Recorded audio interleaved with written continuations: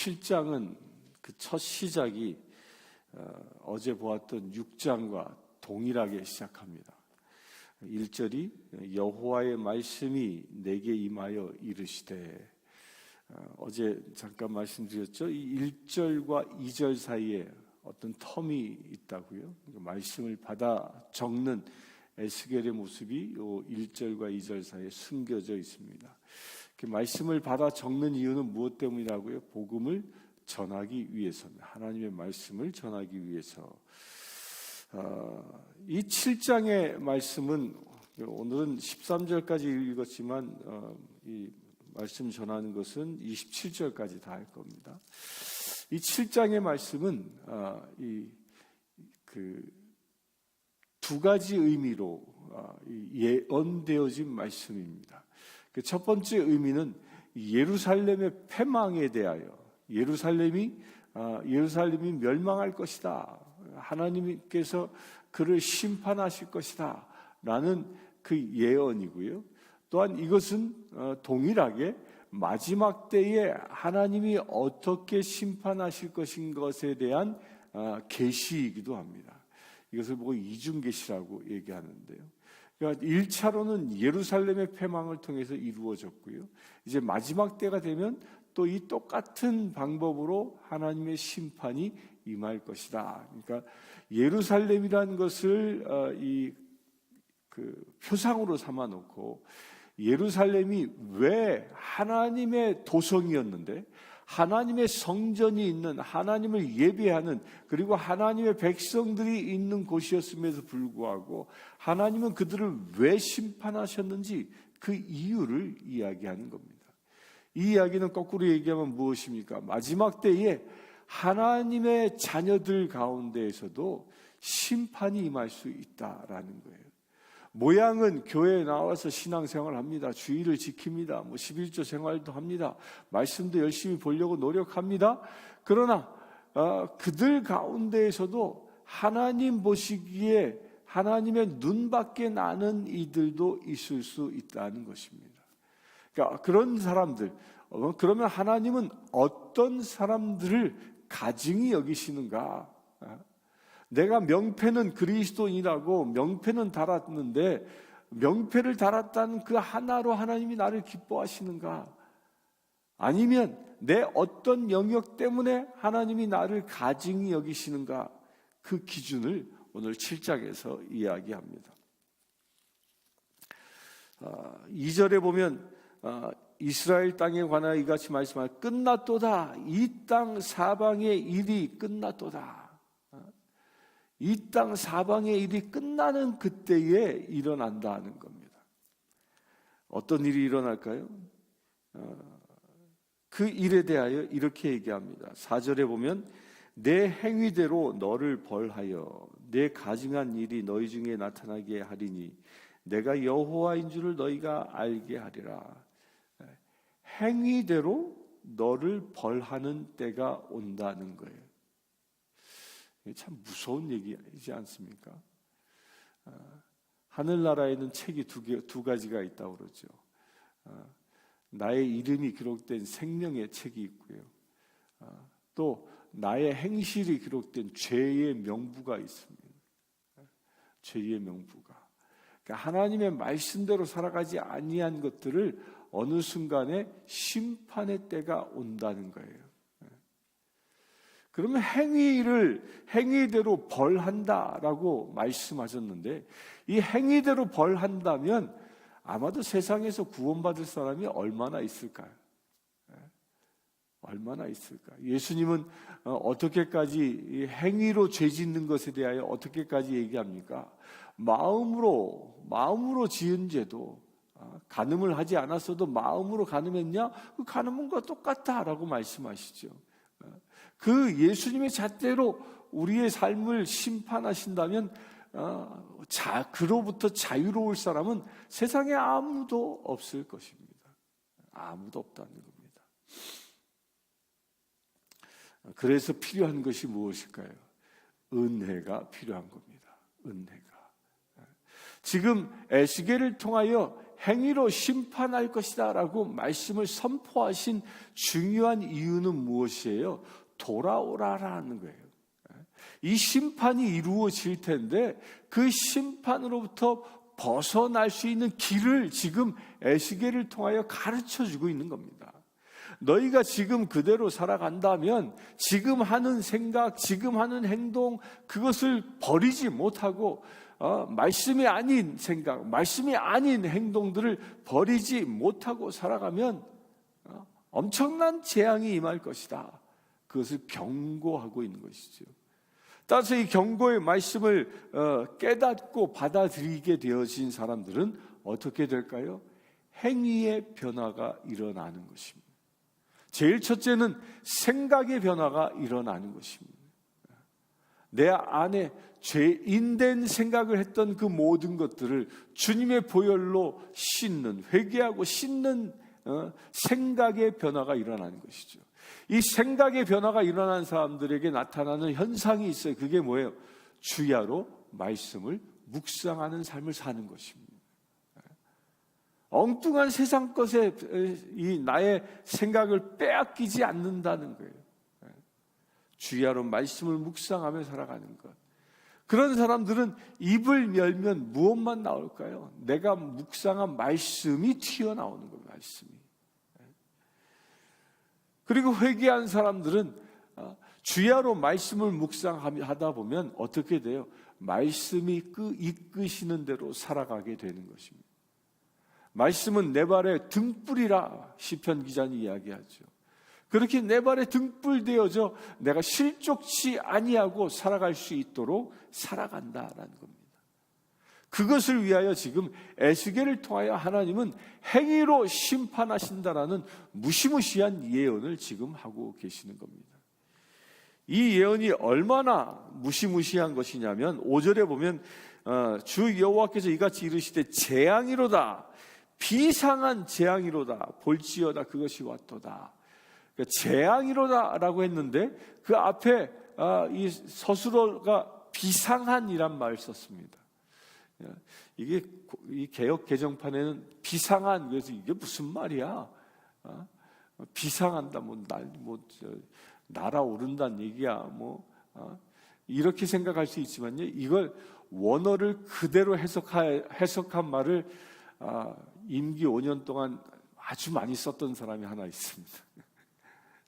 한 번도 경험하지 못한 모 대통령이라는 사람이 그 얘기를 5년 동안 썼잖아요. 한 번도 경험하지 못한 나라를 만들겠다 그랬는데 그게 그 뜻이에요.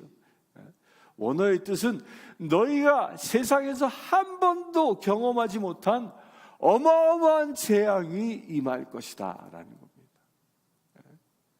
못하면 주야로 말씀을 묵상하고 행위가 바뀌지 아니하면 한 번도 경험하지 못한 재앙을 경험하게 될 것이다 하는 거예요. 그럼 우리가 바꿔야 할 것이 무엇이 있을까요? 10절에 보면 이렇게 얘기합니다.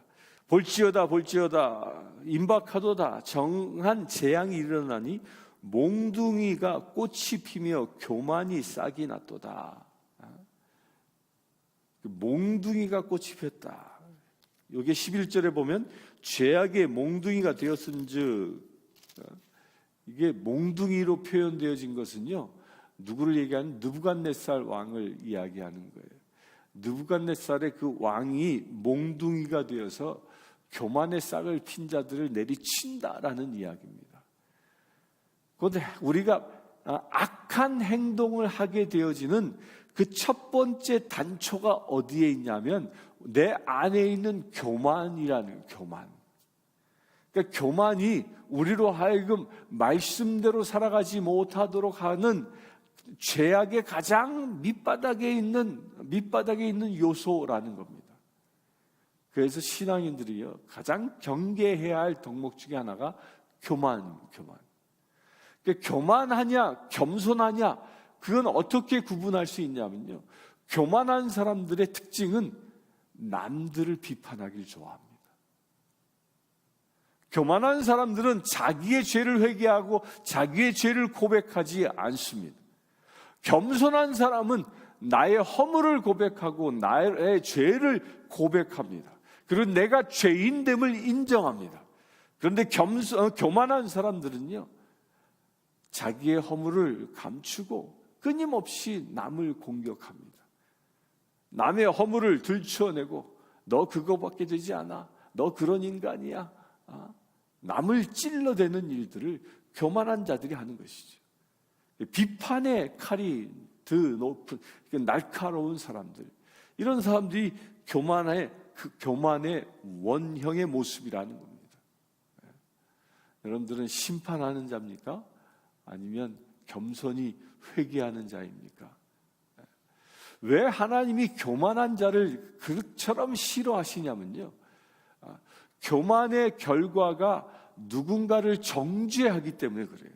그러니까 누군가를 정죄한다는 것은 그 정죄의 권한은 누구에게 있어요? 하나님께 있는 것인데, 곧 내가 하나님 되려 했다라는 것입니다. 그러니까 교만이 무시무시한 죄인 것이 바로 여기에 있는 겁니다. 내가 하나님 자리에 들어서려고 하는 것이 바로 그게 교만인 것입니다. 내가 하나님 자리에 들어서려고 했던 최초의 피조물이 있었죠. 그게 누굽니까? 그게 사탄이에요.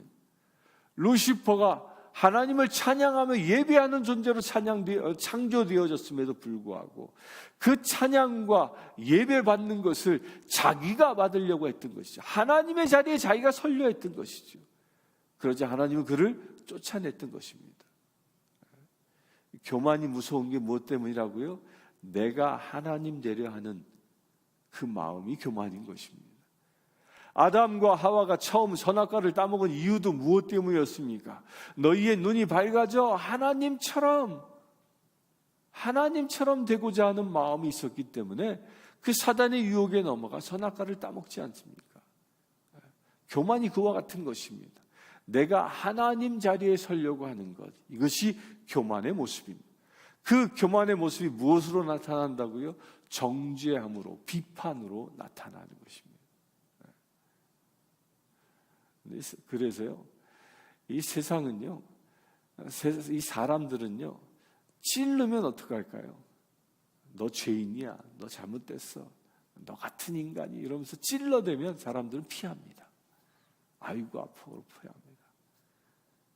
그런데 겸손한 사람의 영성을 가지고 죄인된 사람을 품어주고 그를 위하여 눈물로 기도하는 그 사람은 변화가 일어나기 시작하는 겁니다. 그 겸손한 사람은 죄인을 만나면 그 죄를 보고 사람을 미워하지 아니하고 죄를 미워하며 그 죄에 사로잡혀 있는 영혼을 불쌍히 여겨 눈물로 기도하지만, 교만한 사람은 그를 정죄하고 악인 취급해버리고 만다는 것입니다. 이것이 하나님이 가장 싫어하는 모습인 겁니다. 에스겔 당시에 이스라엘 사람들이 그랬던 것이죠. 그 교만한 속에 사로잡혀 있었던 것이죠. 그리고 두 번째로는 11절에 보면 포학이 일어나서, 포학이라는 것이 뭐냐? 포학은 악한 폭력, 아주 포악한 학대를 두고 얘기하는 겁니다. 포악한 학대. 이스라엘 백성들이 그랬다는 것입니다. 이스라엘 백성들이 포악한 학대를 했다는 거예요. 가진 자가 가지지 못한 자를, 주인이 종을 포악한 학대를 했다는 것이죠. 또한 세 번째로 심판의 이유는 20절에 나오는데요. 20절에 그들이 화려한 장식으로 말미암아 교만을 품었고, 여기 또 교만이 나오죠. 교만하게 된 이유가 뭐예요? 화려한 장식, 사치했다라는 겁니다. 사치했다. 이 사치하는 것, 이건 하나님이 가장 싫어하는 일 중에 하나인 겁니다. 이 사치의 순수 우리말이 뭐라고 그랬습니까? 사치는 돈지랄이에요. 돈지랄. 우리에게 주신 재물은 누구를 위하여 사용해야 하는 겁니까? 하나님을 위하여 사용하는 것입니다. 내게 주신 것이 많던 적던 하나님의 사역을 위하여 쓰라고 주시는 것인데, 그것을 나의 치장을 위해서 쓴다면, 그것이 바로 사치를 위하여 사용한다면 하나님은 그것을 가증히 여기신다라는 겁니다. 네 번째로 이 하나님이 싫어하시는 것은 20절에 이어 나오는데요. 또 그것으로 가증한 우상과 미운 물건을 만들었다. 우상을 만들었다라는 거예요. 우상을 숭배하는 것을 가증히 여긴다라고 얘기합니다. 우상은 무엇일까요? 우상을 성경은 이렇게 정의합니다. 내 욕심을 보고 우상이라고 얘기합니다. 곧 나의 욕심을 채우기 위하여 사는 삶이 우상을 숭배하는 삶이라는 것입니다. 왜 이것을 하나님이 싫어하실까요? 우리는 내 욕심을 채우기 위해서 사는 존재가 아니라 하나님의 말씀을 이루기 위하여 사는 존재로 창조되어졌기 때문입니다. 그것이 하나님이 기뻐하시는 길이죠. 이 네 가지 조건들, 다시 얘기합니다. 첫 번째 무엇이에요? 교만함. 두 번째 내 안에 뭐예요? 포악함. 세 번째 뭐예요? 세 번째 사치함. 네 번째가 우상을 숭배함. 이것에 대하여 경고하고 있는 것입니다. 혹여 내 안에 이 네 가지 조항이 있는지를 살펴보라는 것입니다. 이 네 가지 조항이 있다면 눈물로 회개하고 돌아서라는 것입니다. 이 네 가지 조항 중에 단 하나라도 있다면 주님께서는 우리를 뭐라 얘기하십니까? 가증히 여기실 것이라는 거예요. 그리고 비상한 재앙으로 우리를 심판하신다는 거예요. 한 번도 경험하지 못한 재앙의 주인공이 되고 만다는 것이죠. 그것에 대한 경고를 말씀하고 있습니다. 그리고 마지막 때에는 그런 죄 가운데 있는 사람들에게 어떤 재앙이 임하는가는 15절에 이야기합니다. 밖에는 칼이 있고 안에는 전염병과 기근이 있어 칼에 죽을 것이요 기근과 전염병으로 죽게 될 것이다. 안에 있어도 죽고요 밖에 있어도 죽는다는 거예요. 집 밖에 나가면 칼에 맞아 죽고 집 안에 있으면 굶어 죽고 전염병으로 죽는다는 것이 마지막 대재앙 때가 되어지면, 이 말은 무엇을 얘기하는 거예요? 그 비상한 재앙이 임하는 그때에는 숨을 곳이 없다라는 거예요. 심판의 때가 임하면 죄인들은 숨을 곳이 없다라는 거예요. 여러분들요, 심판의 날이 임하기 전에 일어나는 현상이 있다고 그랬죠. 무엇이 있습니까? 우리가 심판받지 아니하는 사람들, 곧 회개하고 주님 앞에 돌아온 사람들은 어떻게 돼요? 먼저 주님께 들리움 받습니다. 들리움 받아요. 그러나 심판을 받는 사람들, 그 받는 사람들은 이 칼과 기근과 전염병으로부터 자유해질 수 없다라는 거예요. 저는 며칠 전에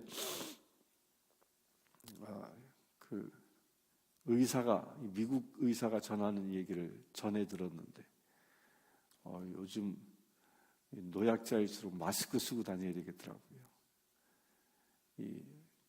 그냥 한간에 알려지기는 플루라고 알려져서 사람들이 그냥 독감 약을 먹고 그러고 지내는데, 지금 유행하고 있는 플루라고 그 명명된 병명은 실제 플루가 아니랍니다.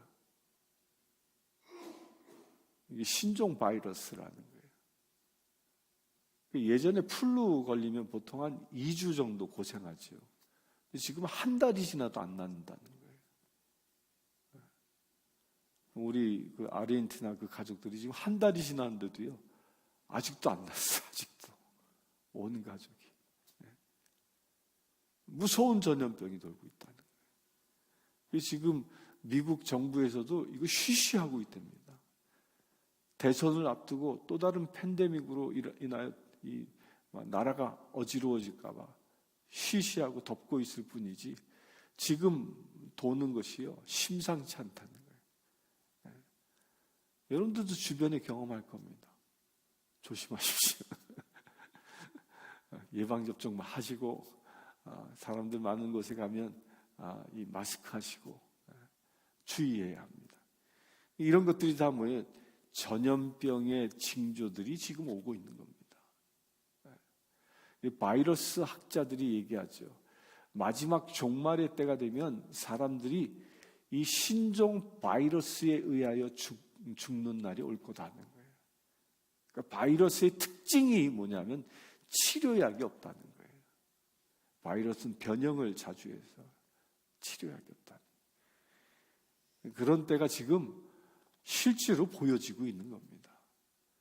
지금부터 약 2600년 전에는 예루살렘에 그런 일이 있었지만 지금은 마지막 심판 때를 향하여 나가는 지금은 그런 징조들이 지금 보여지고 있는 겁니다. 전쟁의 징조가 보여지고 있죠. 실제로 전쟁이 일어났고요. 얼마 전에 미국 대통령하고 중국 시진핑하고 만났잖아요. 시진핑이 선전포고한 날이에요. 그날. 너희들이 아무리 반대해도 대만 무력으로 통일할 거야. 선전포고하고 간 겁니다.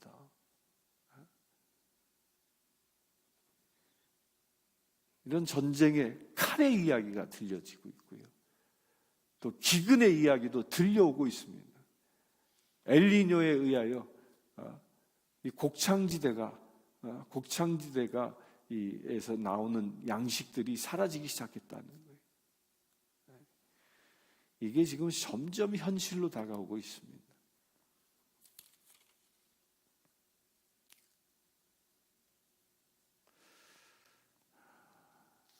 그런데 이 모든 심판의 이유가 있습니다. 그 이유는 뭐예요?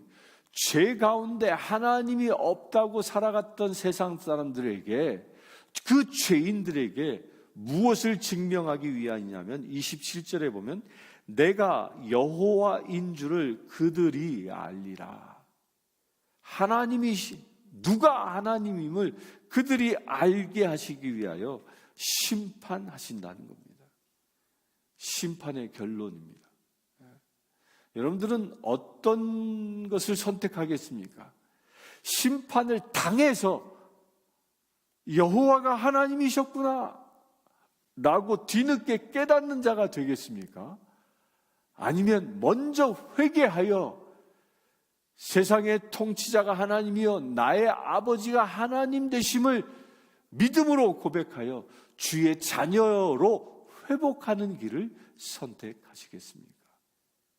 우리가 지금 무엇을 선택하느냐에 따라 멸망의 심판의 대상이 되는지 아니면 들리움 받는 구원의 대상이 되는지가 결정되어질 것입니다. 함께 기도하겠습니다. 주 아버지 하나님,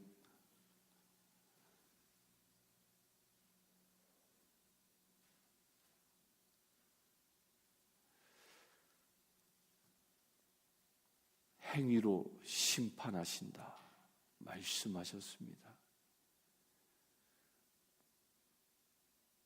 구원받지 못하고 회개하지 못하여 죄 가운데 머물고 살아가는 모든 이들, 교만과 사치와 포학과 그 악한 것들에 붙잡혀 살아가는 이들, 회개하라 주께서 말씀하셨습니다.